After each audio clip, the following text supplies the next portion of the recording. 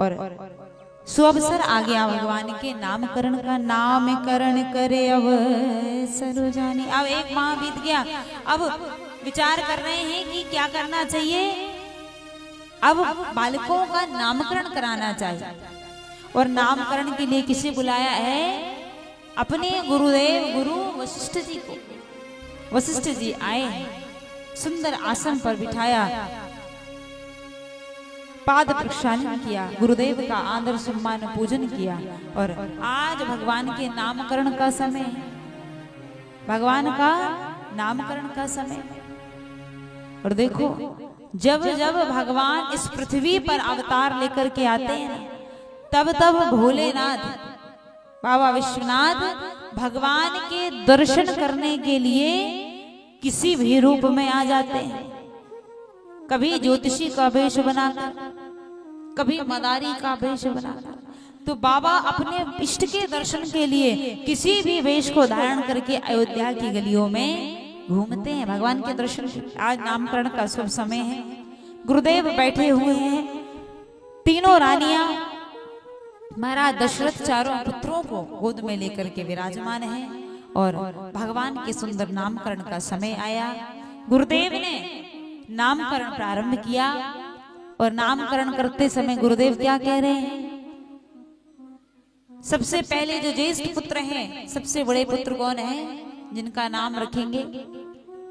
तो पहले पुत्र के नामकरण के लिए गुरु वशिष्ठ जी कह रहे हैं, जो आनंद सिंधु सुख राशि, जो आनंद सिंधु सुख राशि, जो आनंद सिंधु सुख राशि, जो आनंद सिंधु सुख राशि, श्री करते तेरे लोक सुपासी, स्वीकार देते लोक सुपासी, सो सुख धाम राम यस नामा, सुख नाम राम यस नामा, सो सुख धाम राम यस नामा, सो सुख नाम राम यस नामा, अखिल लोकदायक विश्रामा, अखिल लोकदायक विश्रामा, अखिल लोकदायक विश्रामा, अखिल लोकदायक विश्रामा। तो गुरु वशिष्ठ जो है वो राम जी के नामकरण को करते हुए क्या कह रहे हैं कि आपके ये जो बड़े पुत्र हैं ना, ये कैसे हैं? जो आनंद सिंधु सुख राशि। कैसे हैं? बोले ये आनंद के सिंधु हैं, मतलब समुद्र हैं, सागर हैं। परमात्मा क्या है? आनंद का सिंधु है। भगवान का स्वरूप क्या है?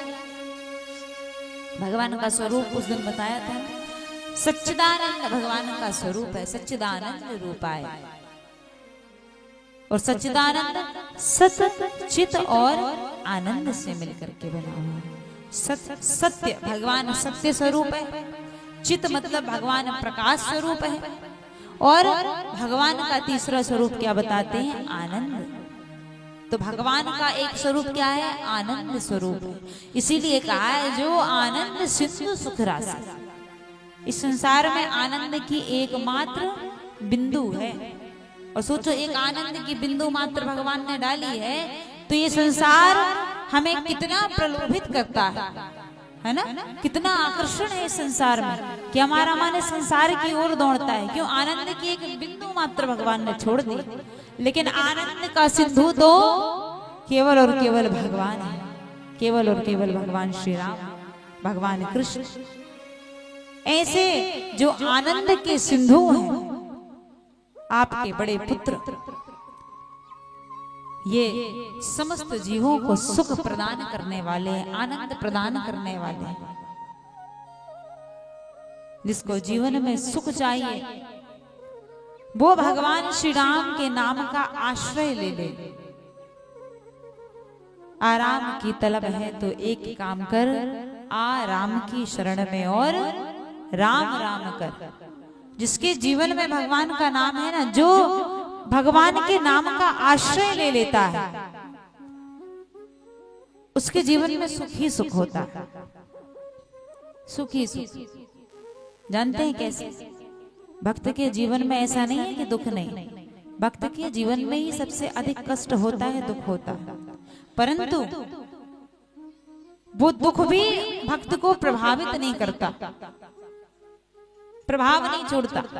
वो दुख में भी सुख का अनुभव करता है। क्यों? क्योंकि भक्त का भाव ये होता है कि आपकी जैसी मर्जी है, आप यदि दुख में रखना चाहें तो हमें वो भी स्वीकार है, आप सुख में रखना चाहें तो हमें वो भी स्वीकार है। तो ऐसा नहीं है कि दुख नहीं आएगा, दुख तो आएगा, पर उस दुख में भी आप सुख का अनुभव करेंगे। क्यों? क्योंकि उसमें परमात्मा की मर्जी जान करके, परमात्मा की स्वीकृति जान करके आप स्वीकार करने के योग्य बन जाएंगे।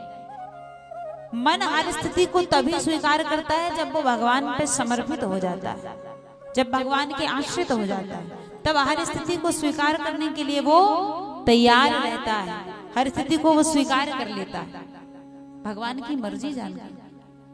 तो सो सुख धाम राम असनामा, इनका नाम राम होगा, अखिल लोक दायक विश्रामा, जो समस्त जीवों को विश्राम प्रदान करेंगे। ऐसे आपके इन ज्येष्ठ पुत्र का नाम क्या होगा? राम होगा।